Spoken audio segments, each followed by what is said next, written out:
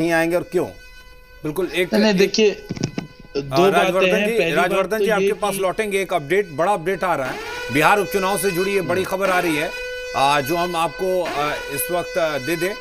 इमामगंज से आरजेडी के रोशन मांझी आगे चल रहे हैं। ये पहला अपडेट बिहार से आया। बिहार में 4 सीटों पर उपचुनाव हुए हैं, उसमें पहला अपडेट ये है कि इमामगंज में आरजेडी आगे हो गई है। बिल्कुल, और ये वो सीट है जहां से जीतन राम मांझी की बहू दीपा मांझी जो है वो हिंदुस्तानी अवाम मोर्चा की उम्मीदवार है, इसलिए ये बड़ी अपडेट है। आप राजवर्धन जी, ये आंकड़े आपको क्यों लगता है कि आंकड़े जो है नतीजे में नहीं बदलेंगे जो अभी दिख रहा है टेली पे?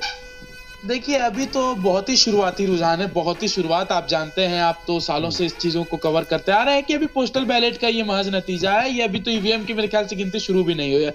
आप देखिए, जैसे जैसे 11-12 बजेगा, जीत का जश्न मनेगा, लड्डू बटेंगे और आपके दफ्तर भी जो जीत का जश्न है वो राजवर्धन जी, लड्डू भी बटेगा, जलेबी भी बटेगा। सब चीज का ऑर्डर दिया हुआ है और जलेबी भी बटेंगे। और मैं समझता हूं जो भाजपा दफ्तर में जलेबी बट रहा है, वो आज उन्हें जलेबी नाश्ता करके ही खुश रहना पड़ेगा, क्योंकि 5 साल फिर खुशी खुशी उन्हें विपक्ष में बैठना है। बिल्कुल ठीक।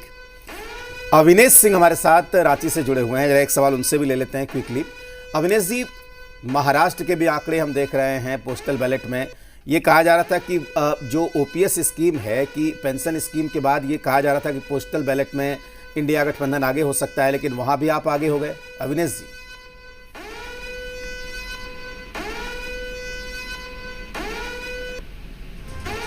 तो लगता है उन तक बात नहीं जा पा रही है अलीम। मैं उन तक बात करने की कोशिश करूंगा, लेकिन इस वक्त हमारे साथ एक अरुण कुमार भी हैं, आरजेडी प्रवक्ता, उनका रिएक्शन ले लेते हैं। बिल्कुल, इमामगंज सीट को लेकर। अरुण जी, इमामगंज में आरजेडी आगे है।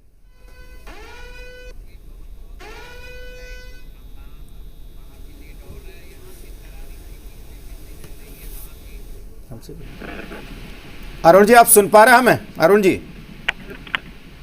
अरुण जी शायद कुछ बोल रहे हैं। बिल्कुल, यहाँ पर तपन जी का रुख कर लेते हैं। राजेश, तपन जी, बिहार में भी अब एक रुझान आ गए हैं और जिस सीट पर एनडीए का कब्जा था वहां पर पहले राउंड की जो गिनती हुई है उसमें आरजेडी के उम्मीदवार आ गए।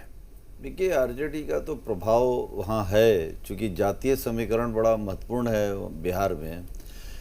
नीतीश कुमार और बीजेपी ने भरपूर कोशिश की है कि अपनी पकड़ बनी रहे, चूँकि अगले साल वहाँ राज्य विधानसभा का चुनाव होना है 2025 में।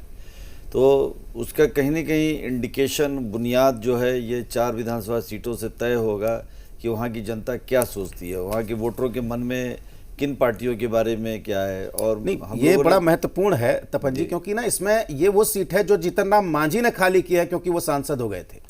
हाँ, और उनकी बहू मैदान में है। जीतन राम मांझी ने जो दावा कर रखा है और बीजेपी ने उनको एक सीट आने पर भी केंद्रीय मंत्रिमंडल में जगह दी, तो उनके लिए एक बहुत बड़ी चुनौती होगी कि यदि इन परिस्थितियों में भी उनकी बहू चुनाव जीत कर नहीं आती है, तो एक मुश्किल भरा उनकी राजनीतिक सियासी प्रोग्रेस में आएगा कि उनकी अपनी सीट हाथ से निकल रही है। अभी हमें थोड़ा इंतजार करना होगा कि 11-12 बजे तक क्या परिणाम सामने आता है। ठीक है राय तपन जी, एक बार हम आंकड़े बता दें। देखिए, 12 सीटों पर एनडीए के उम्मीदवार इस वक्त आगे चल रहे हैं, जबकि 8 सीटों पर झारखंड में इंडिया गठबंधन के उम्मीदवार आगे चल रहे हैं। और एक बार आपको महाराष्ट्र का भी आंकड़ा बता देते हैं कि भारतीय जनता पार्टी और उनके जो सहयोगी दल है वो इस वक्त 146 सीटों पर, जबकि कांग्रेस और उनके सहयोगी दल इस वक्त महाराष्ट्र में 90 सीटों पर आगे चल रहे हैं, जो रुझान बता रहे हैं। बस अब मुझे लगता है कि अब ज़्यादा वक्त नहीं है, जब सारी सीटों के रुझान सामने आ जाएंगे उसके बाद ही जो एग्जैक्ट फिगर है अलीम, वो हमारे सामने होगा। बिल्कुल। और अरुण जी हमारे साथ जुड़ गए। अरुण जी, आपसे रिएक्शन चाहेंगे। इमामगंज पर पहले राउंड के वोटों की गिनती में आपके उम्मीदवार आगे चल रहा है।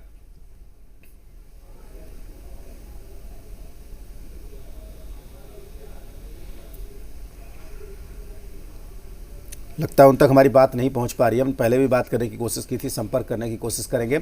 अविनेश जी रांची स्टूडियो का रुख करेंगे। अरुण जी, आप सुन पा रहे हैं मुझे? अरुण जी, हमारी आवाज जा रही है आपको? हाँ हाँ, अब आ रही है। अरुण बोलिए। इमामगंज पे रिएक्शन चाहेंगे, वहां आरजेडी आगे है।